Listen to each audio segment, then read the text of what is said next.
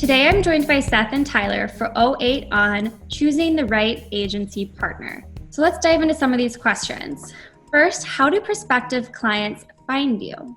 Sure. Well, it's pretty standard. Referrals, word of mouth, SEO, just searching for us, PR, speaking engagements, paid advertising, all those kinds of things. Yeah, I think one of the biggest things for us is really that word of mouth piece. I think that our clients are some of our biggest, and our best marketing and sales reps, and so that's not to say that our marketing and sales teams are doing bad work, but, nothing is going to speak louder and, carry more weight with it for a prospective client than the word of someone who they trust and who's worked with us. And so that's why we really focus on making sure that our current clients have just a great experience with us, not just because that's the right thing to do, but also because it has this added benefit of, creating those evangelists that go out and pull in more work for us in the future. So then what makes a client a good fit for an agency like O8? Well, for us specifically, it tends to be that they've got a marketing team of one or few, and they are generally wearing too many hats, or they just don't have the in-house specialization, whether it be from a technical front or a marketing front. There are just too many things to know in this complex world of digital marketing. So we bring those skills to those teams. And then also by industry, we tend to work in healthcare, B2B, education, higher ed. So those are some other alignments that we find. And also, they understand what we're doing for them, right? That's always helpful for a good fit. If they have some sort of experience or, mindset that allows us to communicate in a similar language. Yeah, that's a really great point, Seth. I think one of the biggest challenges with a new client is building that trust and getting to a point where, we're able to work effectively together. And if they don't have that same, at least baseline, it makes that just extra challenging and almost impossible in some situations where the primary client contact in those areas maybe doesn't have that common understanding and baseline. It's really important for us to then work within that organization to find a person who does and who can act as a little bit of a translator. Beyond that, though, I think about good fit, it really comes down to three things from my perspective. That's values, size, and budget. We want to make sure that the work that we're doing, we feel good about. And, everything that we do from the lens through partnership. And we don't want to be partnering with people who don't share our values as an organization and as individuals. Another thing is size. We generally don't work with too many major enterprise organizations just because they're going to be looking for an agency that's much bigger, that probably has an international presence far beyond the footprint that we have. We work more with the SMBs, and that really allows us to work with those teams where, like Seth was saying, the marketing team just has on too many hats. In those larger organizations, there's going to be generally much more clearly delineated roles, and they're going to have the monetary support that they need to be able to do most of the things in-house. And that third piece, budget, is really important. While we do partner with our clients, we can only do so much. We can't do work for free, right? We're trying to make a living too. And so that's where having an appropriate budget for not only the services, but then also the ad spend and supporting things like tooling and stuff like that, having the MarTech stack to support your effort is really, really important. A lot of times clients don't necessarily have a budget in mind for marketing. That's something that we help them with too. What is an appropriate ad spend for an organization our size, and we're trying to reach this many people? So for me, it comes down to those three things. So that kind of goes into my next question. You did touch on it. Have you ever turned away potential clients? And if so, why? So it sounds like a lot of this does go back to values, size, and budget. But talk to me more about that. Have you done it? And is there a right and a wrong way to handle that? Like we're saying here, we do focus on partnerships and relationships. If someone isn't looking for that, that's fine. Maybe another company would be a good fit. So any indicators or red flags where they're just looking to tell us what to do and see you later. It needs to be a dialogue, a communicative, healthy relationship. It really mirrors human relationships, what we're doing here. So that's a big one. And then, of course, things like, budget, size of the project.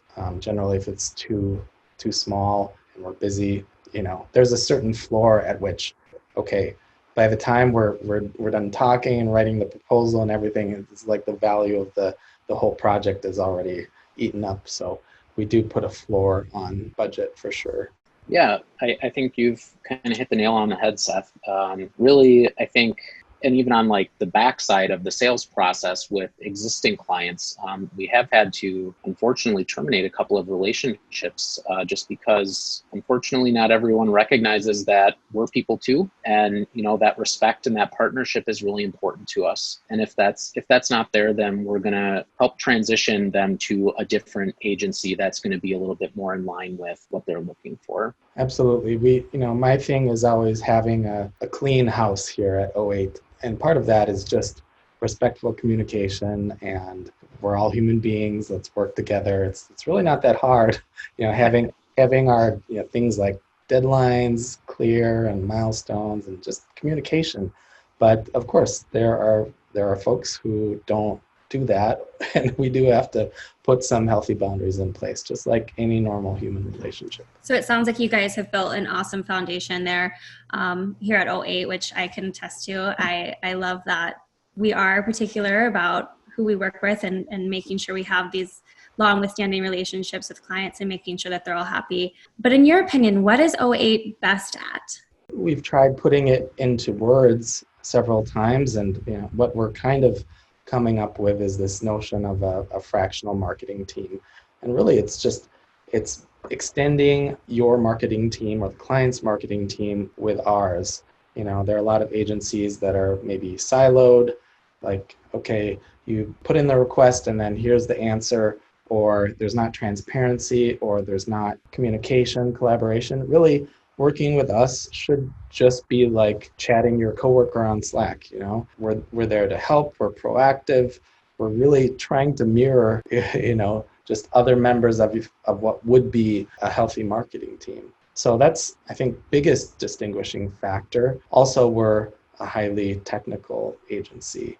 We don't just do the design and the creative. Our foundations are technical. My foundations are technical. So that's a big differentiator. The only thing that I think I would add is the holistic approach and the emphasis on strategy that really runs throughout all of our engagements, whether it's just a website redesign, a migration, you're coming to us to add on just a little bit of functionality to your site, or, to supplement your marketing team. We're going to be looking at all of those things. Like Seth said, some agencies are really siloed. They've got their SEO team and they've got their analytics team, and they're kind of talking to each other, but really it's not integrated. And that's a big differentiator for us here is, we're looking at SEO and the impact that SEO has on CRO and vice versa. And both of those things can, while optimizing for the machines, the people can get lost in that. So making sure that the user experience is really solid, right along with all of those other pieces, and finding the balance along with the best value or biggest bang for the buck for our clients is really where we sit. So what recommendations do you have for clients who are shopping for agencies? First things first, don't compare on price alone. You can get a great deal on someone who will rarely respond, or who won't be there in an emergency, or who won't get you the top line results that you're really looking for. You might get a pretty website, but it doesn't do anything. That's no good. You can also get an agency that doesn't have the technical chops, so you end up with a beautiful disaster that's not maintainable and not future-oriented, future-proof, and you accumulate technical debt, which costs more. It's this hidden cost that you don't see until you actually have to make it grow and move and maintain. So that's a big thing. Don't compare on price alone, and also just on your expectations. Think about your expectations on how you would like to work with anyone, like a coworker. Think of an agency as someone that you're working with. What do you expect as far as communication, timelines, responsiveness, all of these things. Proactivity is another big one we hear. Clients are busy and they just want someone to think for them, and not all agencies are equipped to do that. Actually, a lot are not. For me, the biggest thing is price here. We have inherited a lot of projects from other agencies or web design shops that were the lowest bid. Whether that's, again, a website redesign or a CRM implementation, especially the CRM implementation, those can get really messy really fast with a lowest bid based approach. You're really going to get what you pay for with things like that. And if cost is a really important factor, which for a lot of folks it is, that's where it's really then important to engage in a conversation with the folks you're considering to really kind of suss out what's most important within the scope and begin to adjust the scope or break up the project into smaller pieces that can be done in phases to help distribute any initial costs that would be involved in that. We really hate to see it when clients come to us with a CRM that costs them way too much money and it's just not working for them, or a website that, again, it may look really pretty, but it's not actually driving the conversions that they need it to. And that's oftentimes what you get when you shop primarily on price. So having that conversation is just so important throughout that process. Yeah, I wish more people would just talk to us. It's like, so we're nice, yeah. We're nice, and we're gonna give it to you straight up, and hopefully some agencies out there will too. But some of these huge disasters, just painful, expensive disasters, could be avoided by just talking to us. Yeah, this is what we do. This is our life's work. We've seen some things and we know some things. Yeah. It's amazing that people just don't think that we do somehow, right? So that's one big thing that I would emphasize. So when you do find that right fit, what makes a successful agency-client relationship?